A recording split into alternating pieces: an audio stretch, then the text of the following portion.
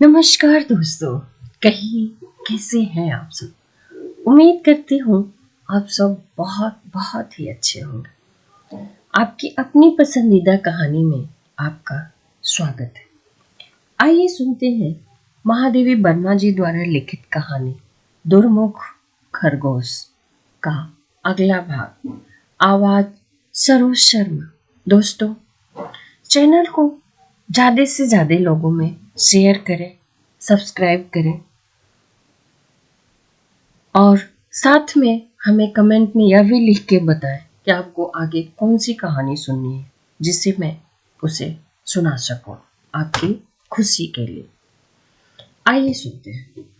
महादेवी जी कहती हैं कि पिंजड़े या पक्के फर्श वाले घर में खरगोशों का जीवन का स्वाभाविक विकास और उल्लास रुक जाता है। वो खुशी से नहीं रह पाते हैं।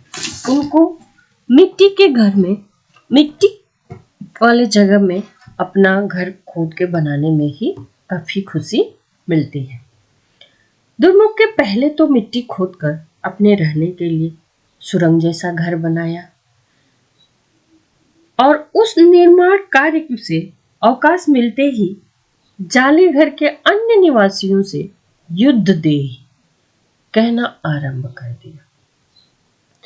उसके झपटने और काटने के कारण कबूतर, मोर आदि का दाना चुगने के लिए नीचे उतरना कठिन हो गया था।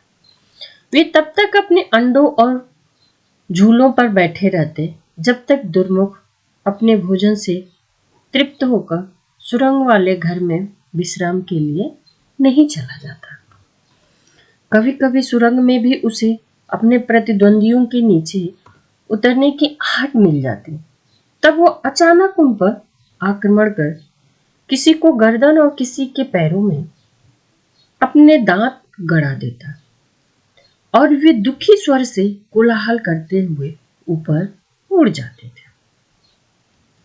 अंत में यह सोचकर कि दुर्मुख के क्रोधी स्वभाव के कारण संभवतः उसका स्वजातीय शून्य अकेलापन है, मैं नखास कोने में बड़े मियाँ से एक सशक वधु खरीद लाई।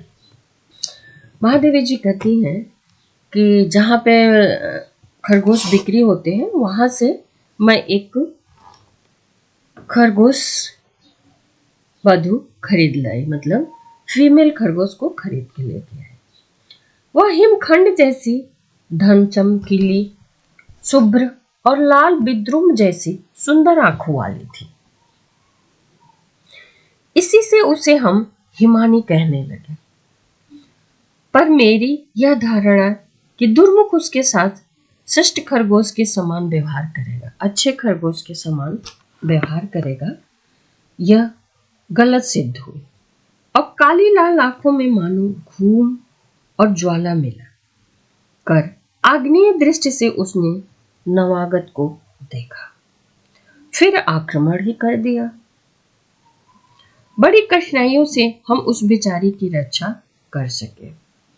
अपने बिल में तो दुर्मुख ने उसे घुसने ही नहीं दिया और जब एक बार उसकी अनुपस्थिति का लाभ उठाकर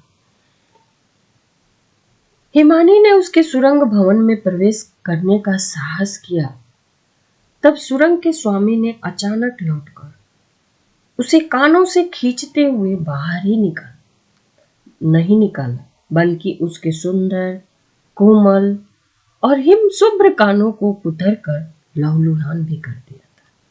अब कोई उपाय जब नहीं सूझा तो हिमानी ने जब दूसरा बिल खोद कर और उसमें कोमल भरी दूब बिछाकर अपना विश्राम कक्ष तैयार किया, तब दुर्मुख उस पर भी अपना अधिकार जमाने के लिए लड़ने लगा।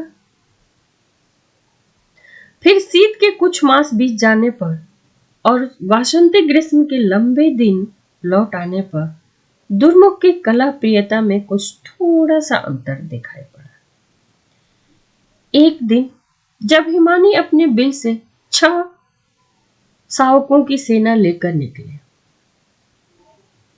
एक दिन ऐसा हुआ जब हिमानी अपने बिल से 6 शावकों मतलब बच्चों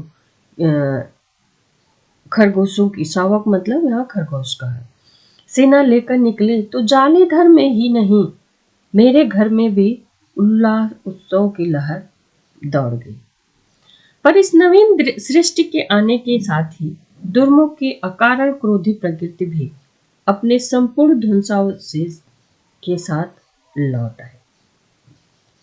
वह किसी बच्चे का पांव चबा डालता, किसी का कान कुतर डालता और किसी की पीठ में घाव कर देता था।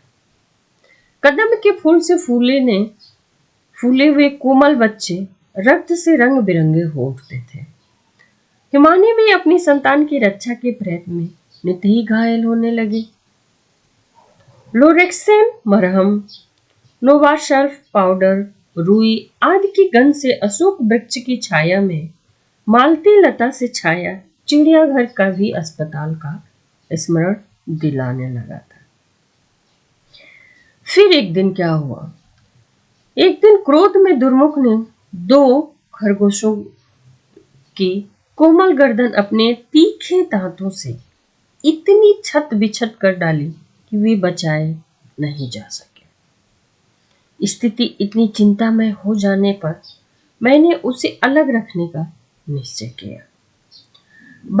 बड़े जाली घर के पास एक छोटा जाली घर बनाकर उसमें दुर्मुख को स्थानांतरित कर दिया गया, जहां से वह देख सबको सकता था परंतु उन पर आक्रमण करने में असमर्थ था।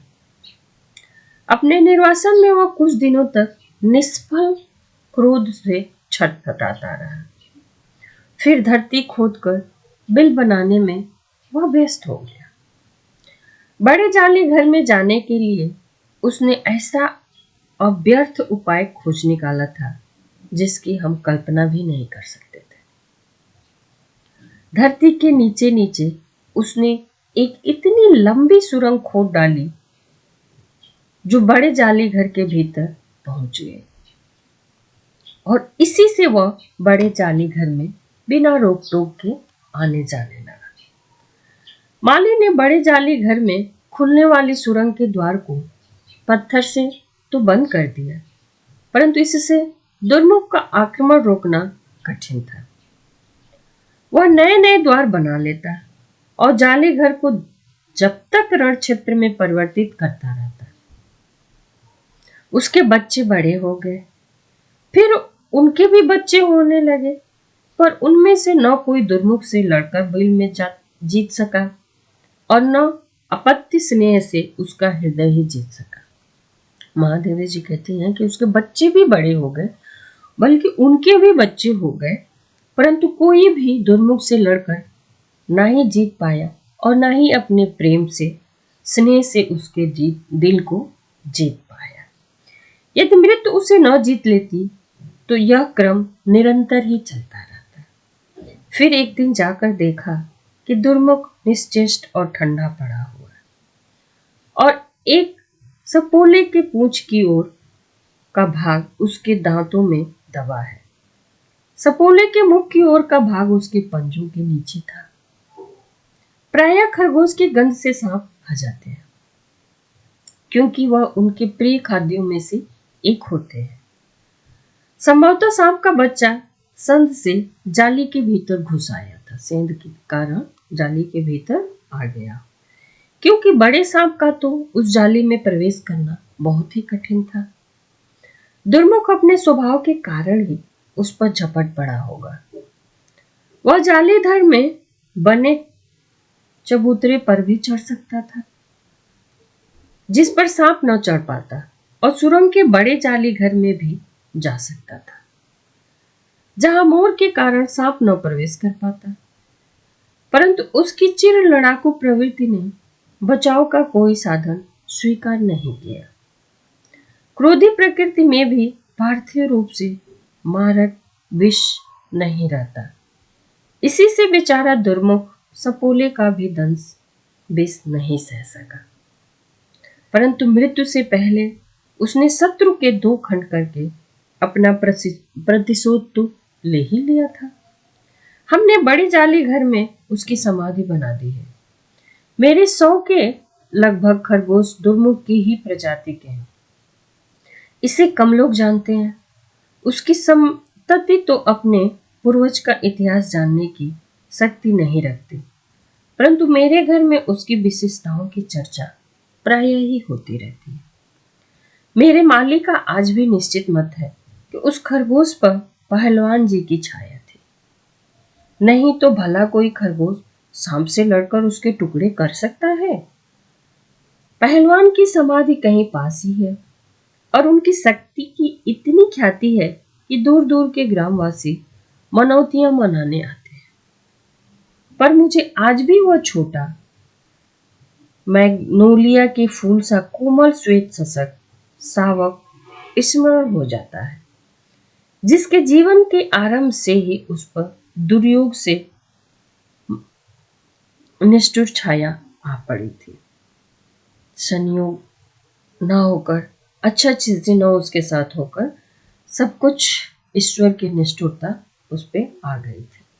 यदि वह अन्य सावक के समान खेलता खाता माँ की स्नेह छाया में बड़ा होता तो पता नहीं कैसा होता। यही सोचते सोचते मेरी कलम आज यहाँ पे रुक गई। धन्यवाद दोस्तों। कहानी अच्छी लगी हो तो लाइक, कमेंट, शेयर और सब्सक्राइब करना ना भूलें। मिलते हैं एक और नई कहानी के साथ। तब तक के लिए खूब खुश रहें, मस्त रहें, व्यस्त रहें और अपना ख्याल रखें।